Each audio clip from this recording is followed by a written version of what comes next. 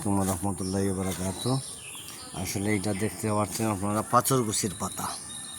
এইটা 40টা রোগের উপাদান। আগে আমরা এগুলা ব্যবহার করতাম, এখন আমরা যে কোনো জিনিসও লাগে ডাক্তারের কাছে চলে যাই। এইটার গুণাগুণ সম্বন্ধে জানতে হইলে আমারে আপনারা জিজ্ঞাসা করবেন। এটা শ্বাসকষ্ট, মিল্কি বেমার এবং কি পাইলসের এবং হার্টের সমস্যা, গ্যাসের সমস্যা, বহু ধরনের উপকারী। এই পাতাটা আমি বাগান করছি। এটা খুব মূল্যবান। এটা পাতা ফালাইলে গাছ ওঠে। আসলে অনেকে জানে না, এটা সম্বন্ধে অভিজ্ঞতা নাই, এর কারণে কয় পেটের ভিতরে গাছ উঠে। মানুষের পেটের মধ্যে লোয়াও কিছু হয় না।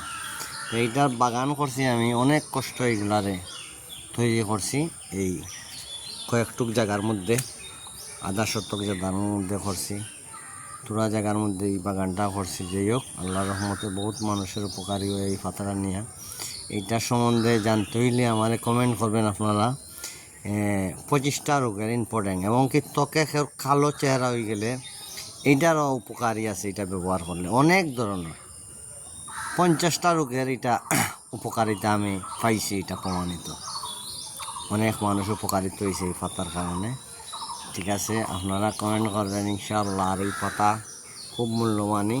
এইরকম ঔষধি গাছ লাগান বাড়িতে সবাই, একে অন্যের প্রতি ঔষধি পাতা নিয়ে ব্যবহার করেন। এইগুলা অনেক উপকারী। এই পাতাটা নাম হলো পাথরকুচির পাতা। তার বাগান করছি আমি, এটা বহুত কষ্ট এই বাগানটা তৈরি করছি আমি।